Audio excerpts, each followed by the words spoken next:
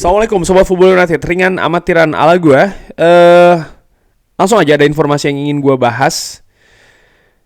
Gue ambil sumbernya dari sebentar nih. Dari United Exclusive ya.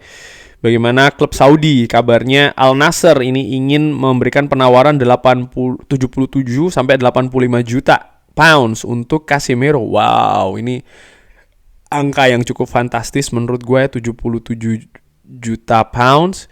Ini berarti sudah melampaui angka Casemiro yang didatangkan oleh Manchester United dari Real Madrid. Kalau memang ini betul, ya Manchester United menurut gue peluang sangat besar akan melepas Casemiro ya. Karena ini angka yang sangat besar, bahkan melampaui dari angka yang mereka datangkan Casemiro dari Real Madrid 2 musim yang lalu. Artinya ada keuntungan juga di sana.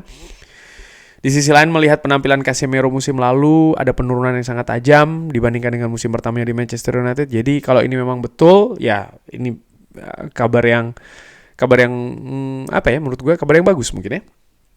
Disebutkan juga Cristiano Ronaldo ini menghubungi Casemiro untuk meyakinkan dia untuk bergabung di Al Nassr. Wah, luar biasa, memang Saudi sedang membangun liganya ya dengan memanggil banyak bintang-bintang besar ke Saudi.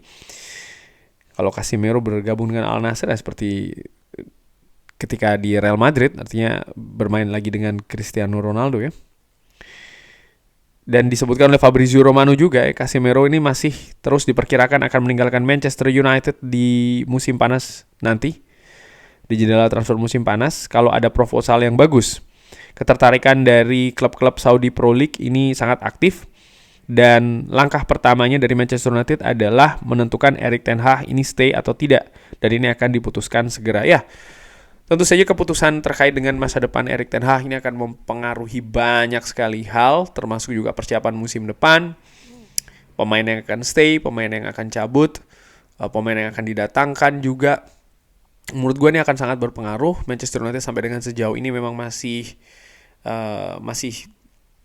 tidak begitu rame. Tapi kalau gue bandingkan juga klub-klub lain pun juga belum begitu bombastis ya, katakanlah. Mereka sangat ramai sekali mendatangkan pemain A, B, C ataupun yang melepas juga demikian. Ya memang sudah mulai aktivitas tersebut, tapi memang belum sangat cair banget gitu ya. Tapi Manchester United menurut gue penting untuk segera bergerak ya, karena sudah jelas, sudah ditentukan. Bahkan di wawancara Erik ten Hag maksud gue, yang sebelum final itu sudah mengatakan kalau Manchester United butuh paling tidak 3 posisi, center back, center midfield, dan juga striker. Jadi ada 3 posisi yang harus diperkuat. Dan bagaimana mengidentifikasi nama-namanya yang akan didatangkan, kabarnya ini kan akan lebih ke manajemen. Tapi di sisi lain manajemennya juga belum lengkap. Lalu siapa yang akan melatih itu menurut gue juga penting bagi masa depan pemain, termasuk juga Casemiro ya. Dan kalaupun Casemiro tidak lagi berlanjut di Manchester United, siapa yang akan menggantikan? Hal-hal seperti itu sih menurut gue akan sangat berpengaruh. Dan selain Casemiro juga ini ada kabar lain yang gue ambil dari Mirror, bagaimana Jadon Sancho juga disebutkan kalau Erik ten Hag tidak berada di Manchester United lagi, maka ada kemungkinan besar dia akan kembali ke Manchester United. Di sisi lain, Borussia Dortmund ini sebenarnya ingin mendatangkan Jadon Sancho dengan permanen, tapi tidak bisa membayar angka yang diminta oleh Manchester United, ini di 50 juta pounds. 50 juta pounds saja ini sebenarnya sudah turun dibandingkan ketika Jadon Sancho pertama kali didatangkan di Manchester United kan, 70 sekian angkanya, atau 80 bahkan ya. Jadon Sancho pun disebutkan masih sebenarnya ingin untuk bermain atau melanjutkan karirnya di Manchester United dan masih memiliki ambisi untuk bekerja di Old Trafford. Apakah ini bisa terjadi? Bisa ya, bisa enggak ya, sekalipun juga Erik ten Hag tidak berada di Manchester United lagi. Tergantung tentu saja bagaimana konsep dari pelatih yang baru dengan sinergi nanti dengan manajemen yang baru dari Manchester United. Apakah ada seorang Jadon Sancho di sana? Situasinya agak sedikit berbeda dengan Mason Greenwood ya, di mana Fabrizio Romano katakan untuk Mason Greenwood Manchester United lebih ingin untuk menjual, tapi Jadon Sancho nampaknya ingin ada peluang untuk di keep ya. Tapi menurut gue situasinya masih 50-50 dan mungkin tidak begitu besar juga melihat apa yang dilakukan terhadap pelatih ya. Maksud gue begini, dia ada kecenderungan ketika ada yang tidak cocok dengan dirinya, dengan Jadon Sancho, dia akan melakukan perlawanan ataupun pemberontakan. Dan gue nggak tahu bagaimana pemain-pemain lain di Manchester United menanggapi apa yang dilakukan oleh Jadon Sancho terhadap Erik ten Hag misalnya ya, dengan melakukan perlawanan secara terbuka di media. Apakah dressing room melihat ini juga hal yang biasa-biasa saja ataupun hal yang negatif?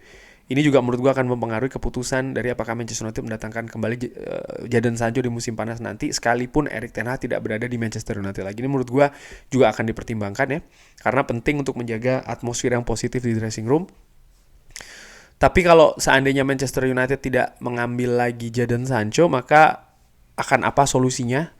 Karena tidak mungkin pemain yang gajinya juga sangat tinggi ya, termasuk salah satu yang tertinggi ini kan tidak mungkin tidak bermain, pasti ingin ada investasi yang bisa berguna, katakanlah demikian. Dan menurut gue solusinya tetap akan ditawarkan untuk dibeli mungkin dengan klub lain ya, ataupun juga dipinjamkan kembali dengan periode yang panjang tuh menurut gue bisa jadi akan ditempuh oleh Manchester United. Dan ini juga membutuhkan fokus lagi dari manajemen ya kan, karena tentu saja dengan situasi Jadon Sancho, transfer pun juga tidak akan murah harganya, gajinya pun juga tinggi, jadi ada tantangan yang cukup besar bagi manajemen untuk menemukan klub yang menginginkan Jadon Sancho.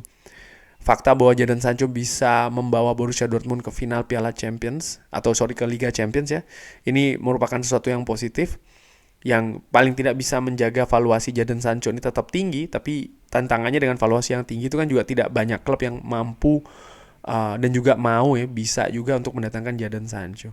Bagaimana dengan peluang rekonsiliasi antara Jadon Sancho dan Erik ten Hag? Ya menurut gue tuh juga masih ada peluang, masih ada ruangan untuk hal tersebut ya.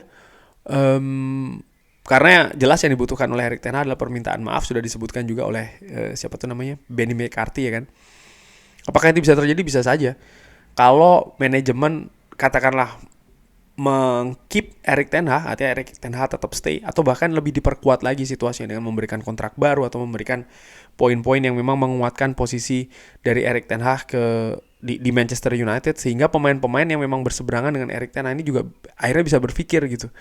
Kalau mereka terus berseberangan dengan Erik ten Hag, ya mereka harus mencari klub lain, dan mencari klub lain ini kan juga tidak mudah sekali lagi.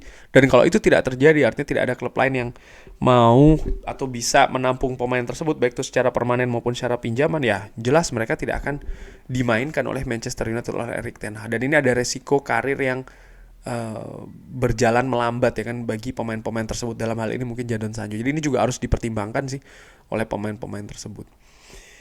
Ya, itu tadi. Jadi situasi Casemiro yang kabarnya diincar oleh klub dari Saudi. Situasi juga dengan Jadon Sancho ya, yang ada beberapa kemungkinan di sana, tapi muaranya menurut gue tetap masa depan dari Erik ten Hag dulu nih yang harus diputuskan oleh Manchester United. Kurang lebih demikian. Bagaimana Sobat Football United? Sepakat Jadon Sancho kembali atau tidak? Casemiro dijual atau tidak? Erik ten Hag kira-kira akan stay atau tidak? Bisa drop di kolom komen dengan alasannya. Jangan lupa like, subscribe. Wassalamualaikum warahmatullahi wabarakatuh. Thank you.